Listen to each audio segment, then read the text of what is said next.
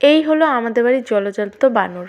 Sorry, বান্দরনি। গাছে ওঠা থেকে শুরু করে ঘরের চাল পরিষ্কার করা, ব্যাস আমাদের বাড়ির এইটুকু কাজই এনার দ্বারা হয়। আজ সকালবেলা মা আর বোনু গেছিল আমার শ্বশুর বাড়িতে, তো ওদের সাথে চলে এসেছি আমি সন্ধ্যাবেলা আমার এই বাড়িতে।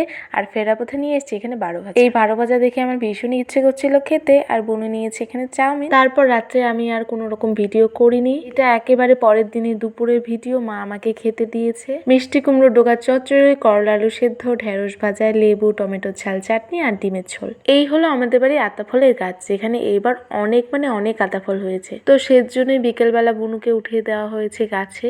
মোটামুটি গাছটা ভালোই বড়, আর বেশিরভাগ ফলই হয়েছে গাছের আগালের দিকে। অত উপরে ওঠা তো আর কারো দ্বারা সম্ভব নয়, তো একমাত্র ওই আছে আমাদের বাড়ি যে মোটামুটি গাছে জালে উঠতে পারে। এই আতা ফল নাকি গাছে খুব কমই পাকে, তো সেজন্য আজকে কয়েকটা পাড়া হলো। এমনি আতাগুলো বেশ ভালোই বড় বড় হয়েছে, দেখে তো মনে হচ্ছে ম্যাচিউরড হয়ে গেছে, ঘরে কয়েকদিন রাখলেই বোঝা যাবে।